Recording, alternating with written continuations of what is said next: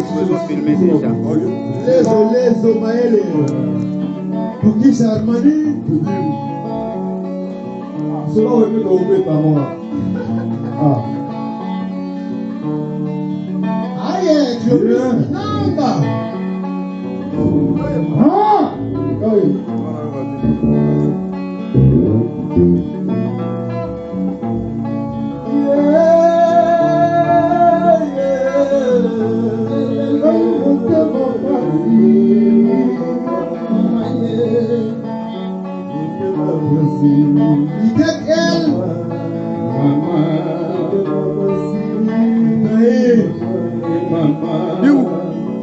C'est un moment où on met ta peau, est-ce qu'il est bien?